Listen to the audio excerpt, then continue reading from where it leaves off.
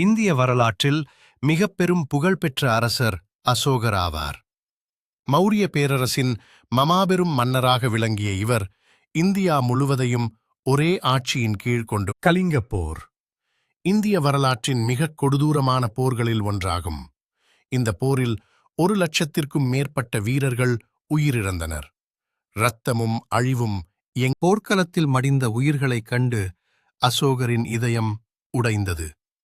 இத்தனை அழிவுக்குத்தானே காரணம் என்று உணர்ந்த அவர் போர் தொடுப்பதை கைவிட்டார். அதன் பிறகு புத்த சமயத்தை தழுவிய அசோகர் அமைதியையும் அறத்தையும் பரப்புவதற்காக தன் வாழ்வையே அர்ப்பணித்தார்.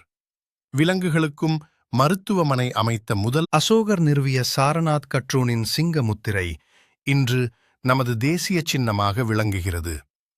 24 ஆரக்கால் சக்கரம் நமது தேசிய கொடியில் இடம்பெற்றுள்ளது.